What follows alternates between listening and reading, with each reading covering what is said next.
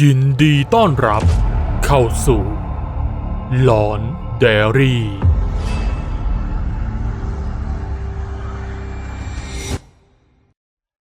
สนับสนุนพวกเราหลอนไดอารี่ได้โดยตรงโดยการกดปุ่มซุปเปอร์แตงค์ด้านล่างของคลิปนี้ได้เลยนะครับรถบัสทหารคันใหญ่กำลังแล่นไปตามถนนเพื่อนำเหล่านักศึกษาวิชาทหารชั้นปีที่3มุ่งหน้าไปยังค่ายฝึกแห่งหนึ่งที่ตั้งอยู่ห่างไกลจากตัวเมืองหลายกิโลมันคือสถานที่ที่ขึ้นชื่อเรื่องการฝึกอันเหี้ยมโหดและกฎระเบียบที่เคร่งครัดจนใครหลายคนต่างพากันร้องโอดครวญ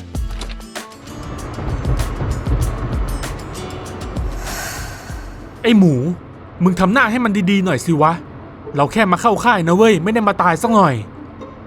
ก็กูกลัวนี่ว่ากูเคยได้ยินรุ่นพี่เล่าให้ฟังว่าครูฝึกที่นี่โคตรโหดแถมผียังดุอีกด้วยนะเว้ย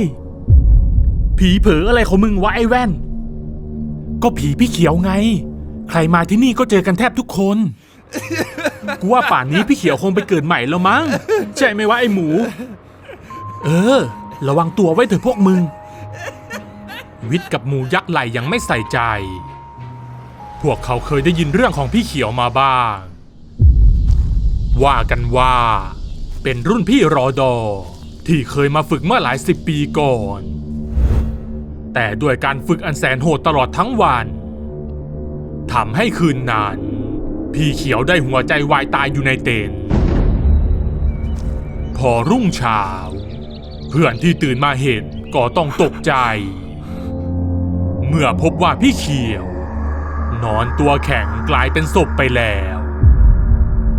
ซึ่งหลังจากวันนั้นก็มีคนเห็นวิญญาณพี่เขียวอยู่เรื่อยๆจนกลายเป็นเรื่องเล่าต่อๆกันมารถบัสได้เลี้ยวเข้ามาหยุดจอดเมื่อถึงจุดหมายปลายทางไม่รอช้าเหล่านักเรียนรอดอก็ได้รีบลุกขึ้นหยิบกระเป๋าของตนแล้วรีบลงจากรถเพื่อไปตั้งแถวรวมกับคนอื่นๆก่อนที่ครูฝึกจะตะเบงเสียงออกคำสั่งให้ทุกคนเดินไปยังกองพันเพื่อรวมพลเหล่านักเรียนรอดอที่ตั้งแถวกันอย่างเป็นระเบียบเพื่อฟังกฎต่างๆที่แสนเข้มงวดในการอยู่ที่ค่ายฝึกแห่งนี้ก่อนที่ทุกคนจะถูกแบ่งกันไปตามกองร้อยซึ่งวิทย์และหมู่ได้อยู่กองร้อยที่1โดยมีจ่าดาเป็นคนดูแลซึ่งก็เป็นครูฝึกที่รู้จักกันดีวันนั้นหลังจากทำภารกิจทุกอย่างเสร็จสิ้นนักเรียนทุกคนก็ได้เข้าร่วมพิธีเปิดสำหรับการฝึกในครั้งนี้ซึ่งกว่าทุกอย่างจะเสร็จสิ้นก็เกือบ3 ทุ่มแล้วซึ่งทุกคนไม่ได้รับอนุญาตให้อาบน้ำได้แค่ล้างหน้าล้างตาเท่านั้นและต้องรีบเข้านอนโดยเร็ว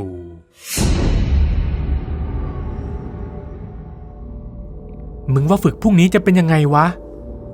มึงจะคิดมากทำไมวะมันก็เหมือนที่ฝึกมานั่นแหละจะซักแค่ไหนกันวะ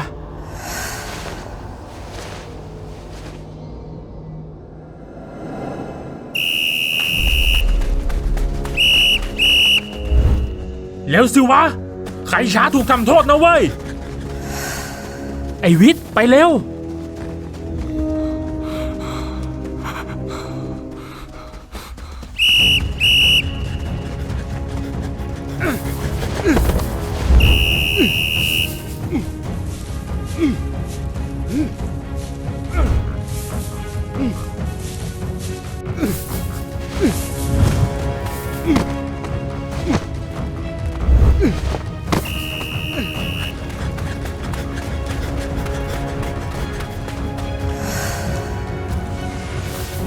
โคตรเหนื่อยเลย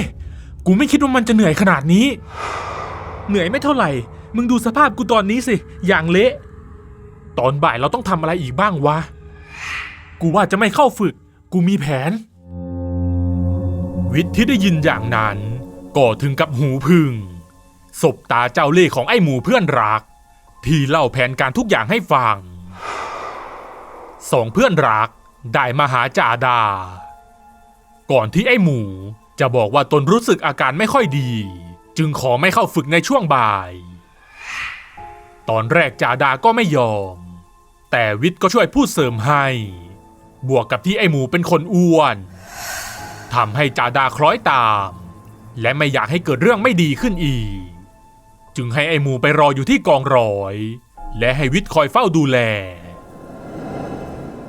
ตลอดในช่วงบ่ายทั้งสองเอาแต่แอบงีบอยู่ในเต็นท์ซึ่งก็เป็นไปตามแผนของไอ้หมูจนเมื่อถึงกลางดึกหลังจากที่คนอื่นๆกลับมาจากการฝึกและได้เข้าเต็นท์นอนกันไปจนหมดแล้วเว้นแต่เพียงสองเกลอที่นอนกลางวันกันจนเต็มอิ่ม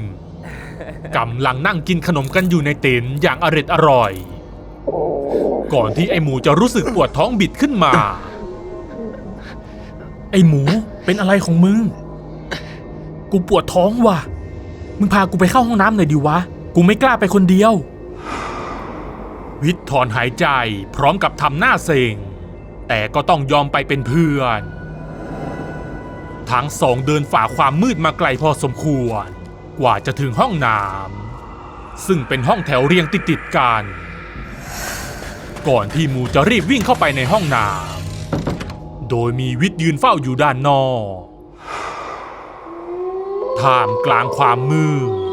แสงไฟสลัวจากหลอดไฟหน้าห้องน้ำที่มีอยู่เพียงไม่กี่ดวงทำให้บริเวณนี้ไม่ได้สว่างมากนัก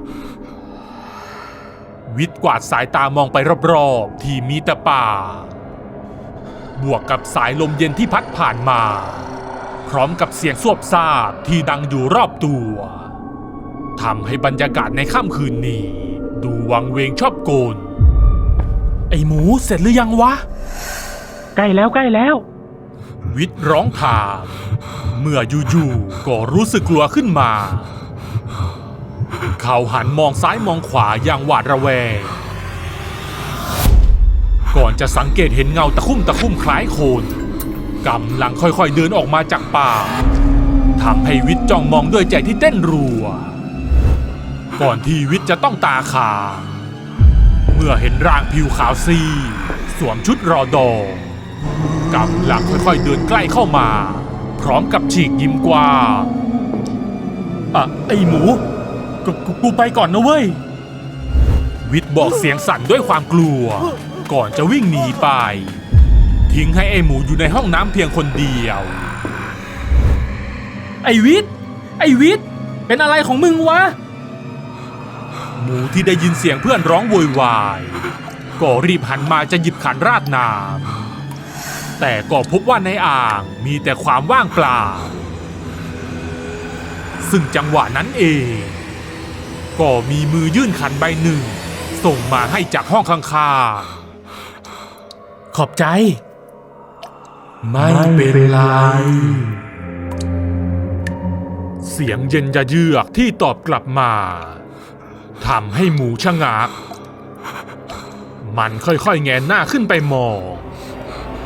ก่อนจะต้องอ้าปากค้างเมื่อเห็นใบหน้าที่ขาวซีด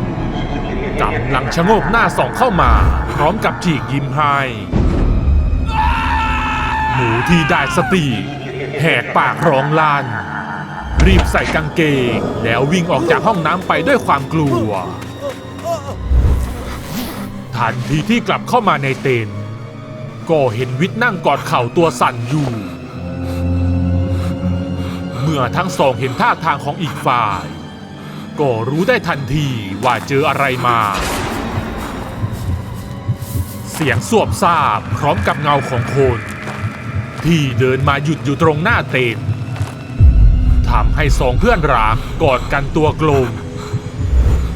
จ้องมองซิปที่ค่อยๆรูดออกด้วยใจที่ระทึก